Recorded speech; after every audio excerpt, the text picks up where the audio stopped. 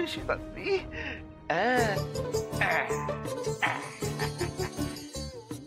হা করে কি তাকিয়েছো? আমরা শুনেছি রাজকুমারী বিভিন্ন অস্ত্রবিদ্যায় নাকি ভীষণ পারদর্শী, তাই আমাদের তরফ থেকে ছোট্ট উপহার আপনার জন্য।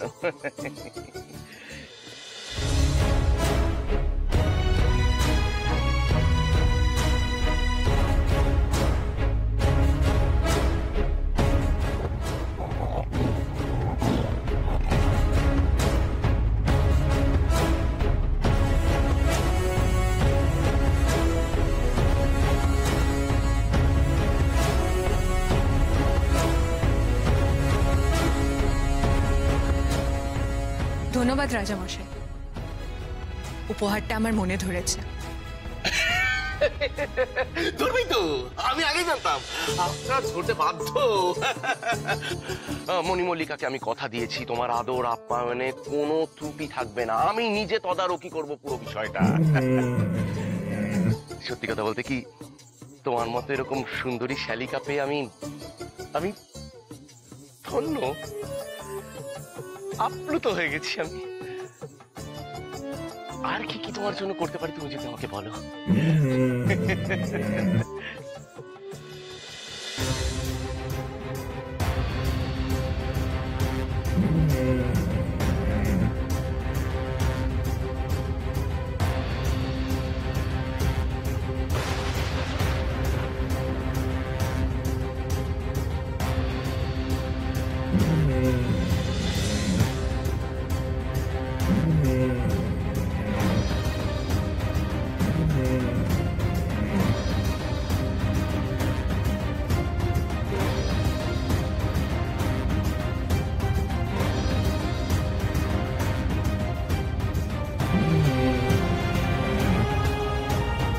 ওরে বাবা রে!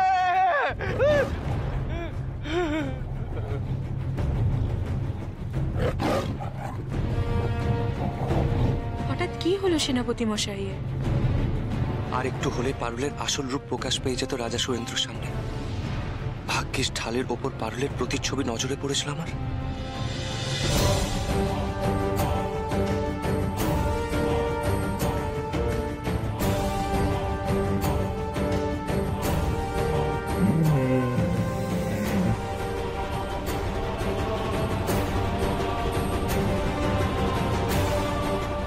সর্বনাশ, ঢালের গায়ে স্পষ্ট দেখা যাচ্ছে পারুলের আসল মুখ। এক্ষুনি রাজা সুরেন্দ্র দেখে ফেলতে পারে। পারুল বোধহয় খেয়াল করেনি এখনো। আমাকে সাবধান থাকতে হবে। রাজার যাতে এদিকে চোখ না পড়ে সেদিকে খেয়াল রাখতে হবে। রাজা চলে গেলে আমি পারুলকে সচেতন করব।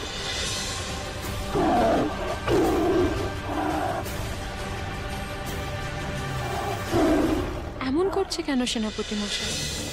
ঢাল ছোড়া সব উল্টে দিল কেমন?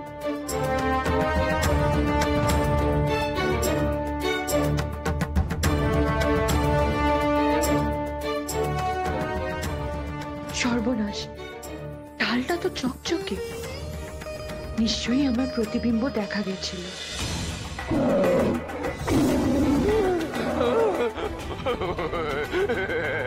বাঘ মামা,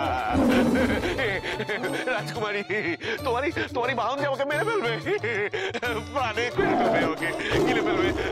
বাঘ মামা, রাজকুমারী সামলা ওকে।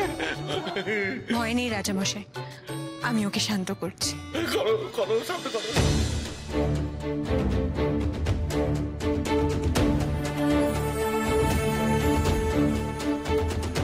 শান্ত হ, শান্ত।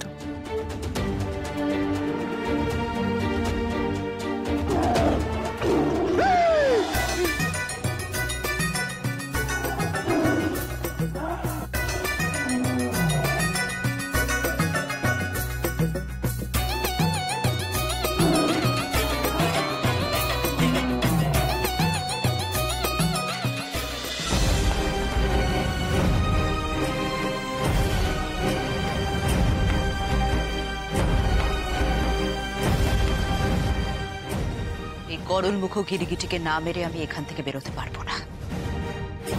মারতে যখন হবে তখন আর দেরি করে লাভ নেই।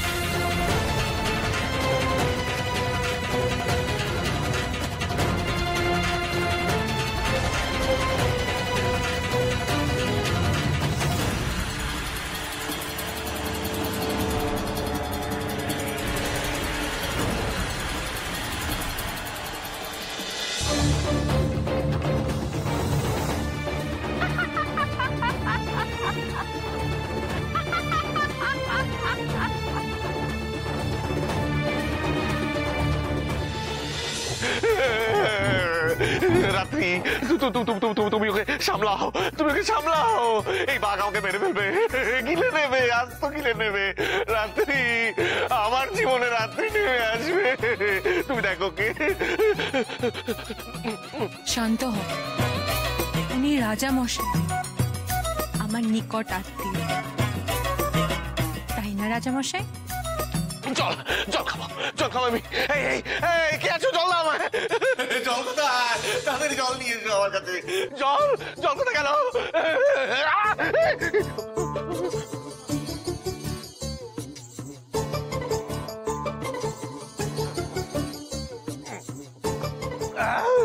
যাও যাও যাও যাও যাও যাও যাও।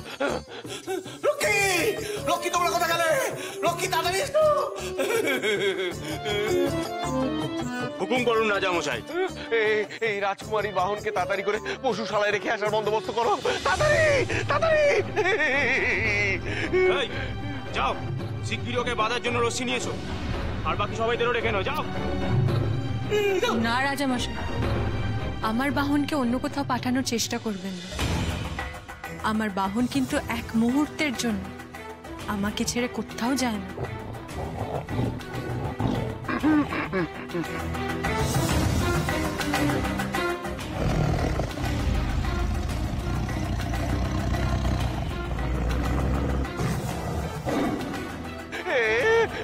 করতে থাকো, ধরো রাজকন্যা বাবা, ধরো তোমার বাহনকে। রাজামশাই, আমার বাহনকে কিন্তু অন্য কোথাও নিয়ে গেলে আমার বাহন আরো রেগে যাবে। আরো রেগে যাবে? থাক তাহলে, এখানেই থাক বাঘ মামা, আর রেগে যেও না। এখানেই থাক, এখানেই থাক বাঘ। শালিকার যদি এরকম এক দেহরক্ষী থাকে, তাহলে তার সাথে রঙ্গরসিকতা করো তো দূরের কথা, তার ঘরেই তো ঢোকা যাবে না।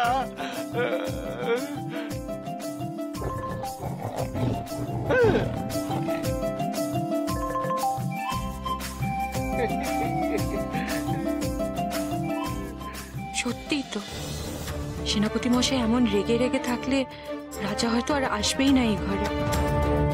আর রাজা যদি ভয় পায়, তাহলে আমি তার কাছ থেকে কথাগুলো জানবো কি করে? আমাকে যে জানতেই হবে আমার মা আর চাপা ভাইদের কোথায় লুকিয়ে রেখেছে ওই রাক্ষসী রানী।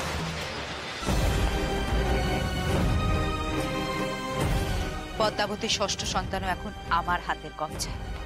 ব্যাস, পড়ে রইল আর এক, তাকেও আমি নিয়ে এসে ভরে দেব আমার কারাগারে। ব্যাস, তারপর নেই আমি নিশ্চিন্ত।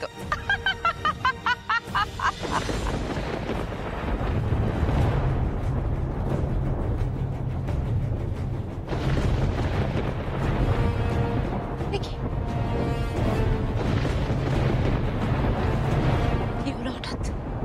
আকাশ তো একটু আগেও পরিষ্কার ছিল, হঠাৎ এমন দুর্যোগ নেমে এলো কেন?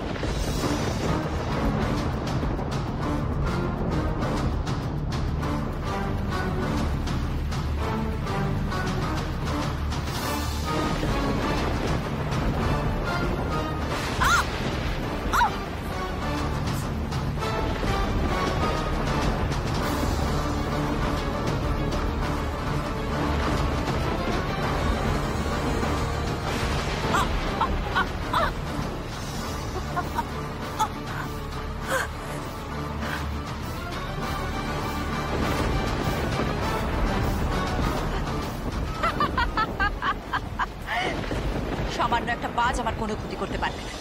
আমি এখন সবচেয়ে বেশি শক্তিশালী। এই দুর্যোগের মধ্যে আমায় এগিয়ে যেতে হবে। আমাকে এই চাপা ফুল নিয়ে ফিরতে হবে সূর্যনগরে।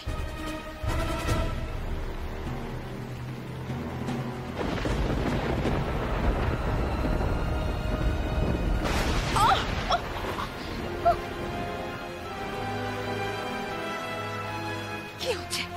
কেন হচ্ছে সব?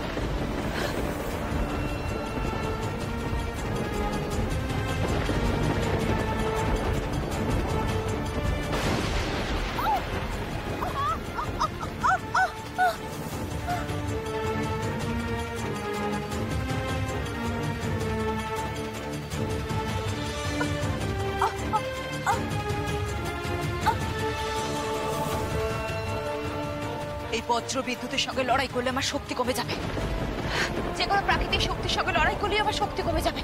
না না না, শক্তি কমলে চলবে না এখন। আমাকে এখানে অপেক্ষা করতে হবে এইভাবে, যতক্ষণ না দুর্যোগ কমে।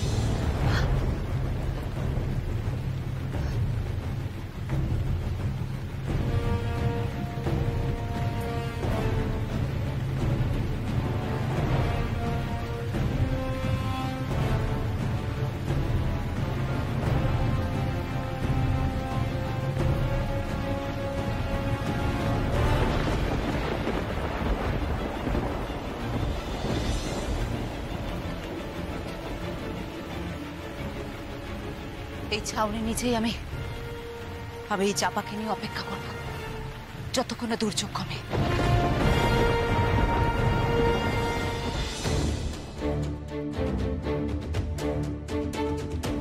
কে আছো দাসী? হুকুম রাজকুমারী। তোমাদের রাজামশাইকে খবর দাও, বলো তার শালিকা রাজকুমারী রাত্রি তাকে স্মরণ করেছে। যথা হুকুম রাজকুমারী। আর হ্যাঁ, রাজামশাই আসার পর আমরা একান্তে কিছু আলোচনা করব, সেই সময় যেন আমাদের কেউ বিরক্ত না করে, খেয়াল থাকে। অবশ্যই রাজকুমারী।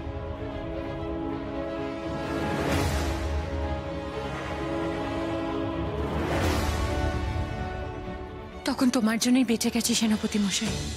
ভাগ্যিস আমার নজরে পড়েছিল ঢালটা, নাহলে যে কি হতো ঈশ্বরই জানে। হয়তো আমাদের দুজনেরই গর্দান যেত। এবার থেকে এই বিষয়ে আমি সচেতন থাকব, তুমি চিন্তা করো না। তবে এই রাজা একটু বোকাই আছে। সেই সঙ্গে লোভীও। তোমার দিকে এমন মুগ্ধ দৃষ্টিতে তাকাচ্ছিল, মনে হচ্ছিল তখনই খাটটা মটকে দিয়ে। এই বোকা লোভী রাজাকে দিয়েই তো আমাদের কাজ হাসিল করতে হবে সেনাপতি মশাই।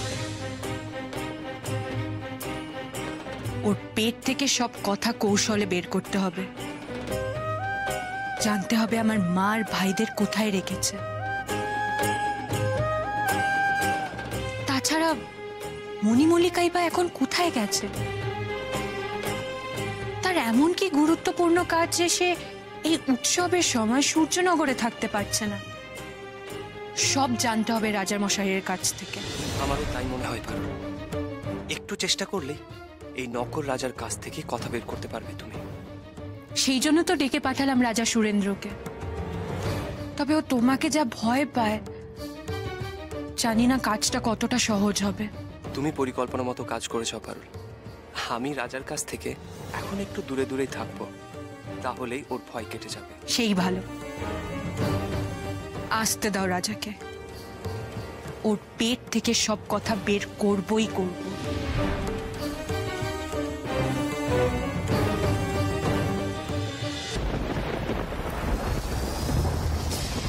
দুর্যোগ না কমলে তো আকাশপথে যাওয়া যাবে না।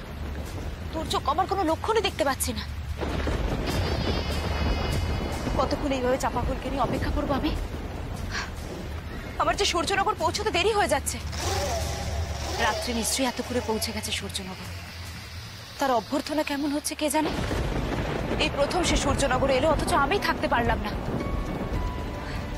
আমি যদি পৌঁছে গিয়ে রাত্রির মুখে কোনো রকম অভিযোগ শুনি, আমি কিন্তু সুরেন্দ্রকে একেবারে এবারে আস্ত গিলে খাবো।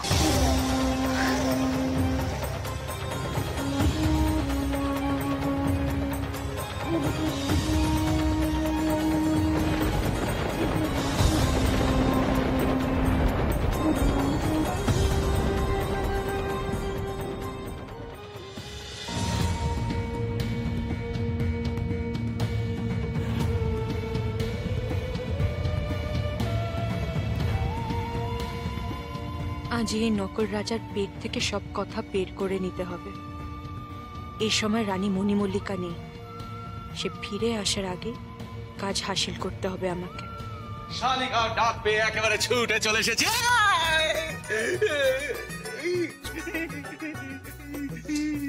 কি করব বলো, একা একা সময় কাটছে না। ভাবলাম তোমার সাথে গল্প গুজব করব, তাই তোমাকে ডেকে পাঠালাম। যেমন শালিকার ডাক পেয়ে একেবারে উত্তেজিত হয়ে আনন্দিত হয়ে চলে এসেছি, এমনই তোমার এই বাহনের জন্য আমি একেবারে অতিষ্ঠ হয়ে আছি। শোনো না রাত্রি, এই তোমার বাহনের কিছু একটা বন্দোবস্ত করো, কোথাও অন্য কোথাও ব্যবস্থা করো। হ্যাঁ, তাহলে আমরা অনেকক্ষণ ধরে গল্প গুজব মনের কথা আদান প্রদান করতে পারবো, তাই না? না না রাজামশাই, ওকে নিয়ে আর কোনো ভয় নেই, শান্ত হয়েই থাকবে। আপনি আসুন না, বসুন বসুন। হ্যাঁ বসো, তুমি বসো।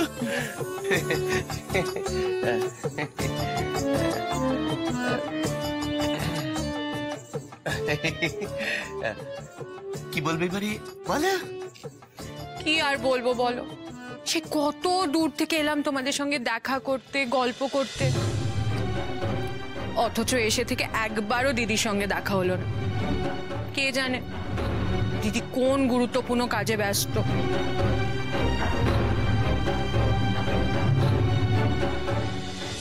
আচ্ছা রাজামশাই, আমার দিদি ঠিক আছে তো? কোনো বিপদ হয়নি তো? আমার না দিদির জন্য প্রচন্ড চিন্তা হচ্ছে। না না না না না না না, একদম চিন্তা করো না, তোমার দিদির কিচ্ছু হয়নি। আরে সে কি কোনো সাধারণ মানুষ নাকি? সে হলো কি রাক্ষস শ্রেষ্ঠ, হ্যাঁ, তার কোনো বিপদ হবে না। আসলে ওই সে একটি জরুরি কাজে গেছে, মানে একজনকে নিজের কাছে নিয়ে আসতে গেছে। কাকে নিয়ে আসতে গেছে? কোথায় গেছে? সে অনেক লম্বা কাহিনী, অত শত কথা বলতে গেলে তো পুরো রাত কাবার হয়ে যাবে। সে সে কি জানি একটা চাপা ফুল উদ্ধার করতে গেছে।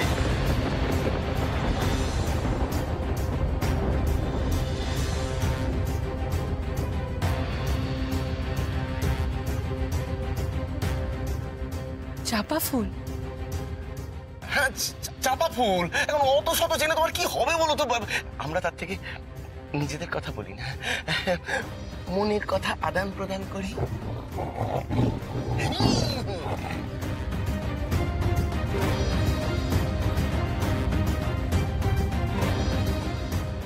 চাপা আনতে গেছে মানে আমার চাপা ভাই, আমাকে সব জানতেই হবে।